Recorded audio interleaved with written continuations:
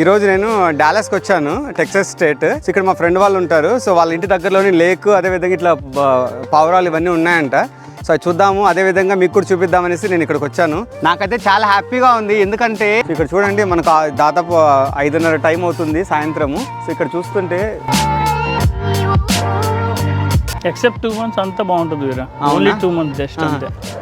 ఎప్పుడు ఇట్లనే ఉంటుందా Sanjeev? Yeah perfect. It's like Hyderabad. ఇక్కడ మా స్నేహితుడు వాళ్ళ పాప ఇప్పుడు మన కంప్లీట్గా తెలుగులోనే పద్యం చెప్తుంది. కోపము నన్ను ఘనత కొంచెమై పోవును, కోపము నన్ను మిగుల గీడుగలుగు, కోపమరచనేని.